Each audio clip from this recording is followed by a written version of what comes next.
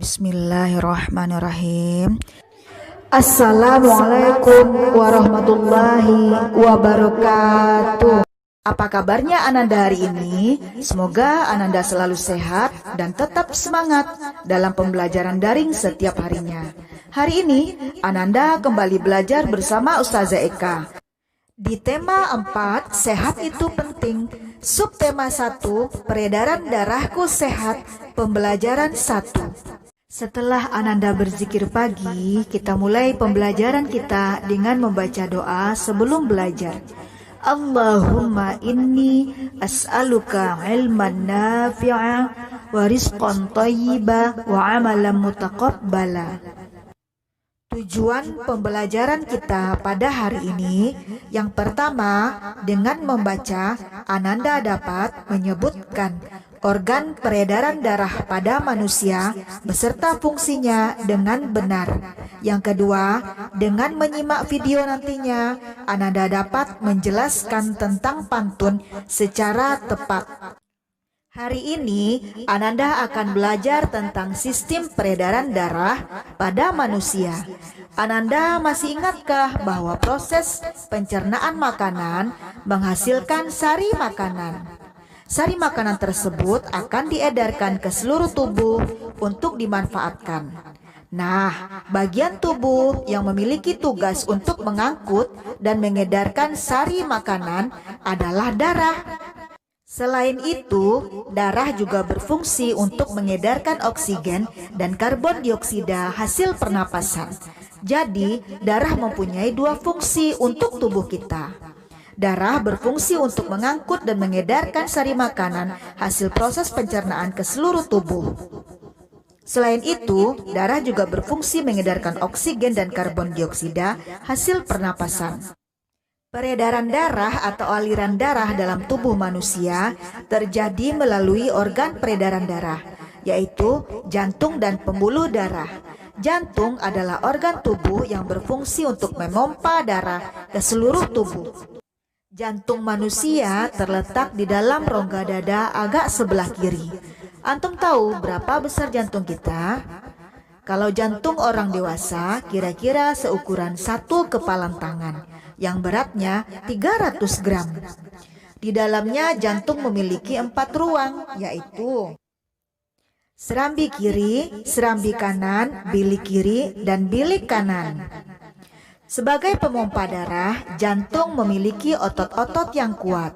Otot bilik lebih tebal dari otot serambi, karena otot bilik memompa darah keluar jantung untuk diedarkan ke seluruh tubuh. Di antara serambi dan bilik jantung ada pemisah berupa pintu turun yang disebut dengan katup jantung. Katup jantung yang sehat dapat menutup sangat rapat sehingga darah dari bilik tidak tercampur dengan darah dari serambi. Katup-katup itu membuka dan menutup seirama dengan denyutan jantung. Pembuluh darah dapat dibedakan menjadi dua berdasarkan arah aliran darah, yaitu pembuluh nadi atau arteri dan pembuluh balik atau vena. Pembuluh nadi atau arteri adalah pembuluh yang mengalirkan darah keluar dari jantung. Pembuluh nadi yang paling besar disebut dengan aorta. Kalau pembuluh balik adalah pembuluh darah yang mengalirkan darah masuk ke dalam jantung. Pembuluh balik yang paling besar ada dua, yaitu pembuluh balik atas dan pembuluh balik bawah. Darah dalam tubuh manusia selalu beredar dalam pembuluh darah, sehingga disebut dengan peredaran darah tertutup. Berdasarkan panjang dan pendeknya jalur yang ditempuh, peredaran darah manusia dibagi menjadi peredaran darah kecil dan peredaran darah besar. Peredaran darah kecil berlangsung dari jantung ke paru-paru, kemudian kembali lagi ke jantung.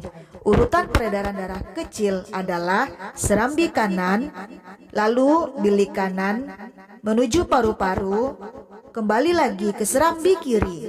Sedangkan peredaran darah besar berlangsung dari jantung ke seluruh tubuh, kecuali paru-paru dan kembali lagi ke jantung. Urutan peredaran darah besar adalah serambi kiri, lalu ke bilik kiri, kemudian ke seluruh tubuh, lalu ke serambi kanan. Dalam aktivitasnya, peredaran darah juga bisa terkena gangguan penyakit. Nah, Ananda, ini akan kita bahas pada video selanjutnya. Selanjutnya, Ananda akan belajar lagi di pembelajaran tematik tema 4, materi Bahasa Indonesia, KD 3.6 tentang pantun. Bersinar terik sang matahari, bagai api panas membara, rajin berolahraga bela diri, badan kuat, hati gembira. Pernahkah Ananda mendengar tentang pantun? Jika belum pernah, mari kita belajar tentang pantun. Pantun adalah sebuah puisi Melayu asli yang terikat oleh beberapa aturan yang berlaku. Biasanya di dalam pantun terdapat pesan atau amanat dari sang pembuat pantun. Dari contoh pantun yang sudah dibacakan tadi, marilah kita lihat ciri-cirinya. Yang pertama, satu bait terdiri dari 4 baris. Yang kedua, setiap baris terdiri dari 8 sampai 12 suku kata. Yang ketiga, baris 1 dan 2 disebut sampiran. Yang keempat, baris 3 dan 4 disebut isi. Dan yang kelima, bersaja atau berirama AB-AB. Saja atau rima adalah bunyi pada baris pantun. Bunyi dari akhir pantun di atas adalah rira-rira.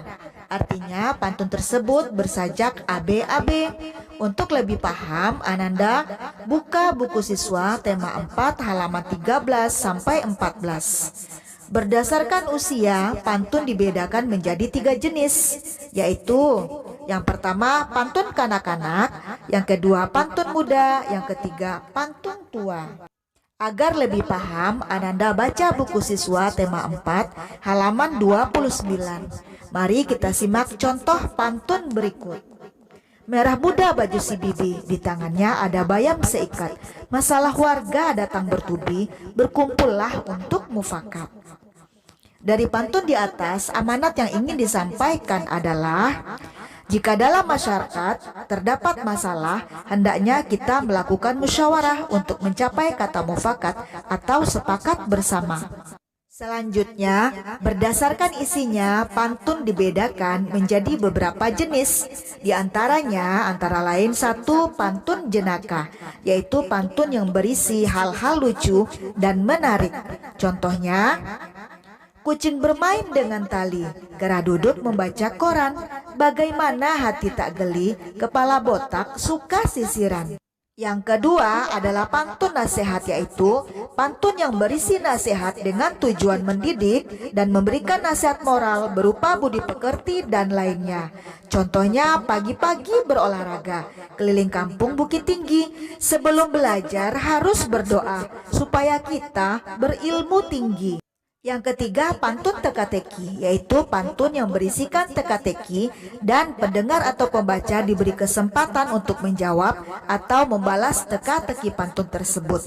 Contohnya, pergi ke kebun panen kentang, pulangnya membeli putu, punya daun tak punya batang, coba tebak apakah itu? Hayo, apa ya kira-kira jawabannya?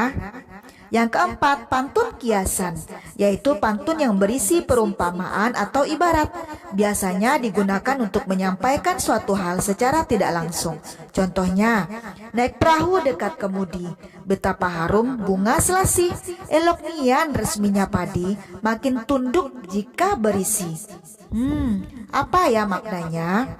Ternyata maknanya adalah kita harus mengambil pelajaran dari tanaman padi, yaitu semakin kita pandai, semakin kita hebat, semakin kita kaya, maka kita harus semakin rendah hati atau tidak sombong di hadapan manusia lainnya. Nah, Ananda, demikianlah pembelajaran kita pada hari ini. Kita tutup materi kita dengan doa penutup majelis. Subhanaka Allahumma wa bihamdika asyhadu an la ilaha illa anta astaghfiruka wa atubu ilaik. Assalamualaikum warahmatullahi wabarakatuh.